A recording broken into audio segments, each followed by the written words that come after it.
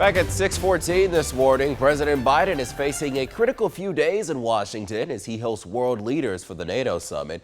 He spent yesterday on the campaign trail in battleground Pennsylvania as he continues to try to shore up support among members of his own party. Still, more Democratic lawmakers join growing calls for the president to step aside with just 4 months until the election. Jared Hill has the latest from New York. Well, you have to convince NATO that you're up for the job. President Joe Biden leaving Pennsylvania defiant in the face of questions about whether he's fit to serve another term. The president saying he's up for the job, even as members of his own party push for him to bow out of the 2024 race. We got a lot to do, folks, but we can do it.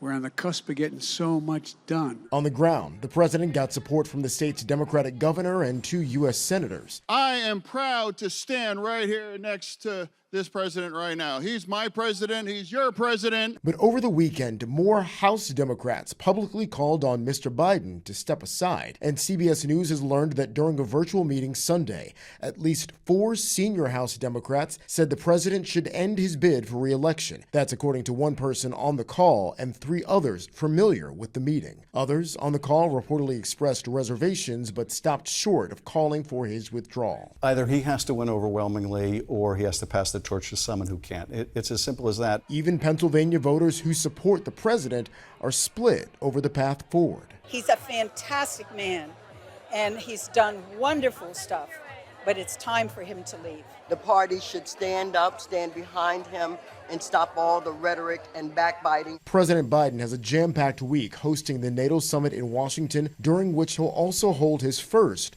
solo U.S. news conference in several months.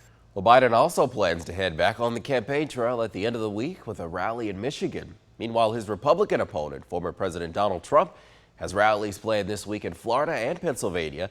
That's ahead of next week's Republican National Convention, during which Trump will formally accept his party's nomination.